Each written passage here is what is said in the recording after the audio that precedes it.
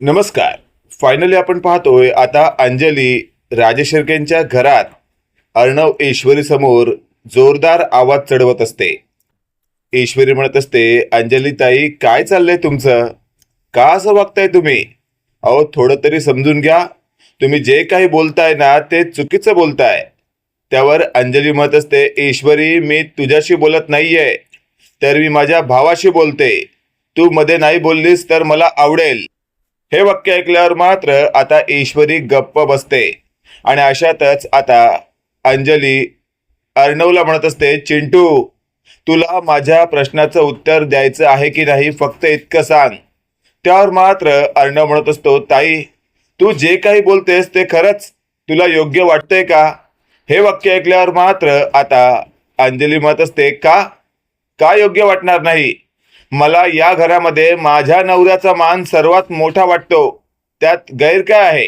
त्यावर अर्णव म्हणत असतो, ताई यात गैर काहीच नाहीये, पण तू जे काही बोलतेस ना खरंच ते योग्य आहे का आधी ते पडताळ.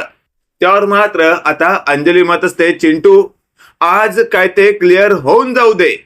मला सांग, तुला मी महत्वाची आहे का तुझी बायको ईश्वरी? त्यावर मात्र अर्णव म्हणत असतो, ताई असं बोलून तू मला कन्फ्यूज मध्ये टाकू नकोस. तुम्ही दोघंही माझ्यासाठी महत्वाचे आहात. हे वाक्य ऐकल्यावर अंजली म्हणत असते, हो ना, मग माझ्या म्हणण्याला तू अजिबात जर किंमत देणार नसशील तर मला असं वाटतं तुझ्या लेखी माझी किंमत काहीच उरलेली नाहीये. त्यावर अर्णव म्हणत असतो, नाही नाही नाही ताई असं काही नाहीये. त्यावर अंजली म्हणत असते, असं नाहीये ना, मग एक काम कर, मी सांगते ती पूर्व दिशा या घरात असलीच पाहिजे. हे वाक्य ऐकल्यावर ईश्वरीला खूप मोठा धक्का बसतो, कारण अंजलीताई या सगळ्या प्रॉपर्टीच्या वर डोळा ठेवणाऱ्या त्या राकेशलाच प्रमुख पदावर बसवण्याचा निर्णय अर्णवला सुनावणार. तेवढ्यात अर्णव म्हणत असतो, बोल ना ताई कसला विचार करतेस? तू म्हणशील तीच पूर्व दिशा मी करायला तयार आहे. आणि अशातच आपण पाहतोय ईश्वरी म्हणत असते, अर्णव सर थांबा, काय बोलताय तुम्ही हे? अंजलीताई इमोशनल ब्लॅकमेल करून तुम्हाला या सगळ्या प्रॉब्लेम मध्ये टाकत आहेत. त्यावर मात्र आता ईश्वरीला अंजली म्हणत असते, ईश्वरी मगाशीच तुला म्हटलं होतं आम्हा भावा बहिणींच्या मध्ये पडू नकोस. आणि अशातच अर्णवने ईश्वरीला गप्प बसायला सांगितलेलं असतं आणि मग ईश्वरी नाईलाजास्तव गप्प बसते. अशातच आता ईश्वरीला गप्प केल्यानंतर अर्णव म्हणत असतो, बोल ताई, आज तू जे काही बोलशील ना ते मला मान्य असेल. आणि अशातच आता पाठीमागे असलेला राकेश मनातल्या मनात बोलत असतो, वाह या लंगडीने तर जबरदस्त खेळ खेळली आहे. या अर्णव सुद्धा आता माझ्या बाजूने म्हणजेच माझ्या बायकोच्या बाजूने आहे. आणि अशातच आता ही सगळी प्रॉपर्टी थोड्या वेळानंतर जणू काही माझ्याच ताब्यात येणार आहे असंच काहीसं चित्र दिसत आहे. आणि या खुर्चीवर विराजमान होताना मला जो काही आनंद मिळणार आहे त्याचा काही हिशोबच नसणार आहे. आणि अशातच आता अंजली बोलू लागते, अर्णव एक गोष्ट लक्षात ठेव, या घरामध्ये आतापर्यंत आपण लहानाचे मोठे झालो. इथे आतापर्यंत सगळे लाड तुझे मी पूर्ण केले, पण यापुढे माझं एक वाक्य आणि त्यानंतर तुझा होकार हवाय. त्यावर अर्णव म्हणत असतो, ठीक आहे. अशातच आता अंजलीने थेट अर्णवला म्हटलेलं असतं, आतापर्यंत या सगळ्या बिझनेसच्या मेन चेअरवर तू बसत आलास ना, पण यानंतर माझा नवरा राकेश या चेअरवर बसणार आणि यापुढचं सगळं साम्राज्य तो सांभाळणार. हे वाक्य ऐकल्यावर अर्णवला मनातल्या मनात खूप मोठा धक्का बसलेला असतो. पण ताई समोर नेमकं काय बोलायचं, कारण ताई आता आपल्या आवाक्यात नाहीये. कारण ताईला त्या राकेशने एका प्रकारे हिप्नोटाइज केलाय. त्यामुळे ताई जे काही बोलते ते सगळे राकेशचे शब्द आहेत हे आता अर्णवच्या लक्षात आलेलं असतं. आता अर्णव मनातल्या मनात बोलतो, काय करू मी? इथे जर काही बोललो तर ताई थेट मला लाथाडेल आणि मग पुन्हा मी माझ्या ताईला नाराज झालेलं नाही पाहू शकत. आणि अशातच आपण पाहतोय मागचा पुढचा विचार न करता अर्णव म्हणत असतो, ठीक आहे. अशातच आता मागे असलेला राकेश आनंदाच्या उकळ्या फुटत असतात त्याच्या मनात. तो स्वतःशी बोलत असतो, अरे वा वा वा, 1000 कोटीची प्रॉपर्टी एका क्षणात माझ्या नावावर होत आहे आणि या सगळ्या प्रॉपर्टीचा मी मालक होत आहे. अशातच आपण पाहतोय आता अंजली म्हणत असते, अर्णव अर्णव तू मनापासून बोलतोयस ना? त्यावर लगेचच आपण पाहतोय अर्णव म्हणत असतो, ताई ताई मी तुझ्या आनंदासाठी काही करायला तयार आहे. तू कशाला काळजी करतेस? तू एकदा जे काही म्हटलंस त्याच्या विरुद्ध मी अजिबात जाणार नाही. हे वाक्य ऐकल्यावर अंजली म्हणत असते, राजेश राजेश झालं ना तुमच्या मनासारखं? मी म्हटलं होतं ना चिंटू माझ्या विरोधात अजिबात जाणार नाही. तुम्ही काही काळजी करू नका. आता आता एकदम स्टाईलने या खुर्चीवर विराजा. त्यावर लगेचच आता राकेश मोठ्या स्टाईल मध्ये त्या चेअरवर बसायला जातच असतो. तेवढ्यात आपण पाहतोय तो बसतोय आणि ईश्वरीने मागचा पुढचा विचार न करता ती चेअर मागे ओढलेली असते आणि राकेश टनकन खाली पडतो. राकेश जसा खाली पडतो सगळेच आता ईश्वरीकडे पाहत असतात, कारण ईश्वरीने सगळा गेम फिरवलेला आहे. या राकेशचं चांगलंच कंबरड ईश्वरीने मोडलेलं आहे. त्यामुळे आता राकेश चांगलाच खाली पडून जोरात कोकलतो. काय काय चाललंय हे सगळं? आणि अशातच आपण पाहतोय अंजली म्हणत असते, ईश्वरी काय केलंस तू हे? तेवढ्यात आपण पाहतोय ईश्वरी म्हणत असते, ताई ताई मी जे काही केलंय ना ते योग्यच केलंय.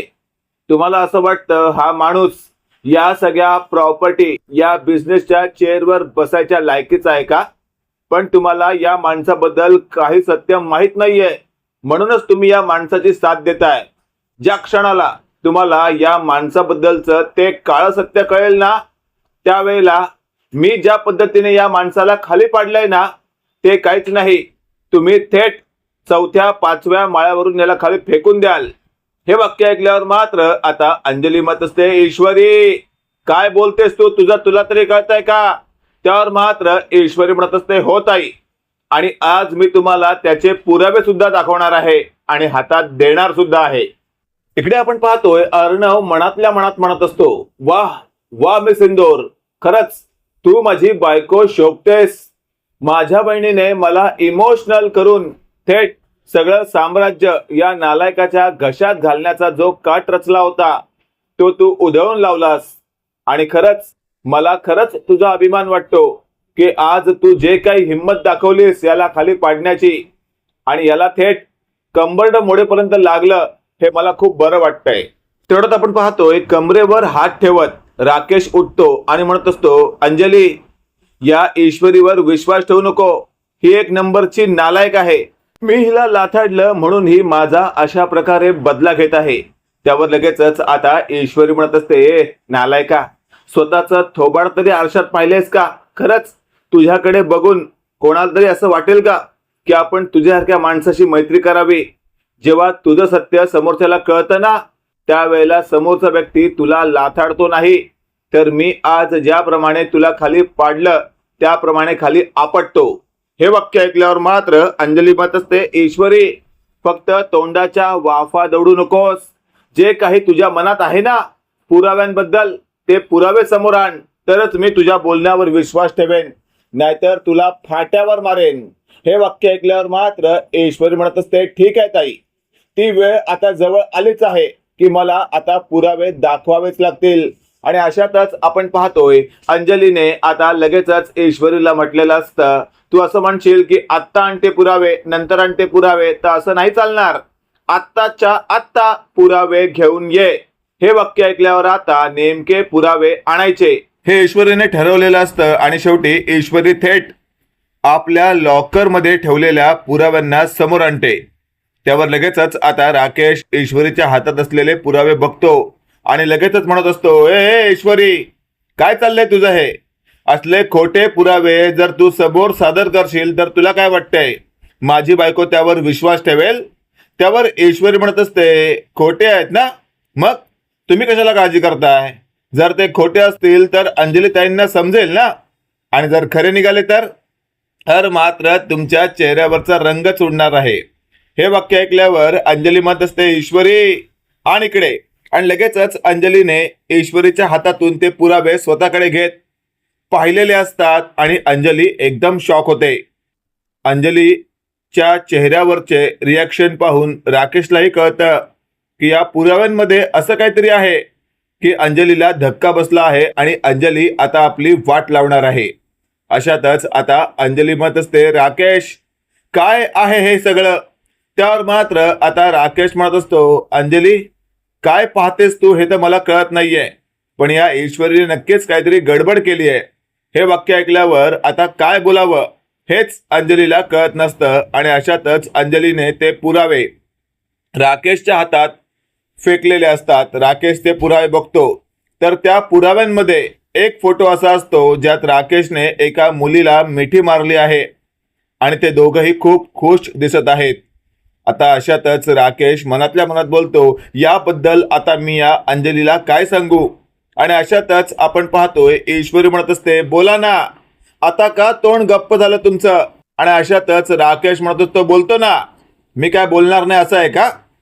अशातच आता राकेश नेमकं काय बोलणार यावर अंजली विचार करत असते. त्यावर राकेश म्हणत असतो, अंजली या ईश्वरीने त्या AI च्या माध्यमातून सगळे पुरावे क्रिएट केलेत. आत्ताच्या डिजिटल युगामध्ये सगळं असं काही करता येतं. 2 फोटो जोडा, त्यांना ॲनिमेशन वगैरे द्या आणि असल्या प्रकारचे व्हिडिओ किंवा फोटो बनवता येतात. त्यावर लगेचच आपण पाहतोय ईश्वरी म्हणत असते, नालायक माणसा, अजून किती खालच्या थराला जाणार आहेस तू. मी असलं काही केलेलं नाहीये. अंजली ताई, तुम्हाला असं वाटतंय मी यांचा अजून नालायकपणा सिद्ध करण्यासाठी असं काही करू शकते. त्यावर लगेचच आता अंजली म्हणत असते, अजिबातच माझा नवरा खोटं बोलणार नाही. तूच सगळं काही षड्यंत्र केलंयस. ईश्वरी आता तर या घरात एकतर तू राहणार किंवा मी राहणार. बोल चिंटू, काय ठरवतेस तू. त्यावर मात्र अर्णव चांगलाच कन्फ्यूज झालेला असतो. इकडे आपण पाहतोय आता बऱ्याच वेळानंतर शेवटी अंजलीने राकेशला म्हटलेलं असतं, राकेश काळजी करू नका तुम्ही, या घरामध्ये तुमचा मान तुम्हाला मिळून दिल्याशिवाय मी काही शांत बसणार नाही. अशातच आता अर्णव ईश्वरीला म्हणत असतो, ईश्वरी प्लीज प्लीज तू काही बोलू नकोस. मला माझ्या ताईचा आनंद महत्वाचा आहे. त्यासाठी ही सगळी प्रॉपर्टी पणाला लावायला लागली ना तरी मी तयार आहे. त्यावर ईश्वरी म्हणत असते, अर्णव सर, तुमच्या ताईचा आनंदच माझ्यासाठी महत्वाचा आहे. कारण ती खुश असेल तर तुम्ही खुश असाल आणि तुम्ही खुश असाल तर मी खुश असेन. त्यामुळे मी तुम्हाला अजिबातच दुखी होऊ देणार नाही. इकडे आपण पाहतोय आता अंजली राकेश जवळ आलेली असते आणि म्हणत असते, राजेश मी काय म्हणते ते ऐका. आत्ताच्या वेळी जे काही पुरावे माझ्या हातात आहेत ते तर सगळे ईश्वरीने बनवलेत असं तुम्ही म्हणताय. त्यावर मी विश्वास ठेवलाय कारण माझा तुमच्यावर पूर्ण विश्वास आहे. या ईश्वरीचा नेमका काय बंदोबस्त करायचा याचा विचार मी करते. कारण जोपर्यंत आपण ईश्वरीच्या विरोधात जात नाही ना तोपर्यंत चिंटू आपल्या हातात येत नाही. त्यावर राकेश म्हणत असतो, राणी सरकार अगदी बरोबर बोललात तुम्ही आणि माझ्या मनातलं बोललात. या ईश्वरीला चांगलंच फटकावून या घरातून कायमस्वरूपी बाहेर काढलं पाहिजे. या घरातली कीड आहे ती. आणि अशातच आता अंजली म्हणत असते, मग काय विचार करताय, कसं करायचं ठरवलंय तुम्ही. त्यावर राकेश म्हणत असतो, राणी सरकार हे तुम्ही माझ्यावर सोपवा. आणि अशातच अंजली म्हणत असते, राजेश नेमकं तुम्ही काय करणार ना हेच मला कळत नाहीये, थोडीफार आयडिया तरी द्या. त्यावर राकेश म्हणत असतो, मी माझ्या माणसांना सांगतो ना या ईश्वरीला किडनॅप करून नेऊन त्या एका अड्ड्यावर ठेवायला, मग आपण तिचे हाल हाल करू. त्यावर लगेचच अंजली म्हणत असते, वाह छान काम आहे तुमचं, करा असंच काहीतरी करा. आणि अशातच आता राजेशने थेट आपल्या माणसांना फोन केलेला असतो आणि असं म्हटलेलं असतं, आत्ताच्या आत्ता मी सांगतो त्या फोटोतली मुलीला किडनॅप करा, नेऊन आपल्या अड्ड्यावर चांगलं बांधा आणि हाल हाल करा. हे वाक्य ऐकल्यावर अंजली लगेचच राकेशच्या थोबाडीत मारते आणि बोलू लागते, शेवटी त्या पुराव्यांवर एक वेळ विश्वास ठेवला नाही, पण आता तुम्ही जे काही तुमचं रूप दाखवलं त्यावर तर विश्वास ठेवावाच लागेल ना. म्हणजे तुम्ही जे दिसता ते नाही आहात आणि जे आहात ते दिसत नाही आहात. हे वाक्य ऐकल्यावर राजेश म्हणत असतो, म्हणजे तुला म्हणायचं काय आहे. त्यावर लगेचच आता ईश्वरीच्या समोर उभी असलेली अंजली म्हणत असते, माझ्या भावाच्या बायकोला तुम्ही अशा प्रकारे हालाल करून मारणार. तिने हे सगळे फोटो बनवलेत असं म्हणताय तुम्ही. तुमच्या या लबाड चेहऱ्यामागचा क्रूर चेहरा आज मला पाहायला मिळाला. आता तर तुमची काही खैर नाही. तुम्हाला तर तुमची चांगलीच काशी करून लावते आता मी. आणि लगेचच आता अर्णवच्या मनात जी चीड असते ती आज अंजलीने ओळखलेली असते. आणि लगेचच अंजली म्हणत असते, चिंटू आता तुला हवं तसं करू शकतोस तू. या नालायकाला तुझ्या खुर्चीवर बसण्याचा मान मी मनापासून कधीच देणार नव्हते. हवं तर तू तुझ्या बायकोला विचार. मी तुझ्या बायकोशी आधीपासूनच डील केली होती. त्यामुळे तुला असं वाटत असेल की मी या माणसाबरोबर आहे, तर अजिबात नाही.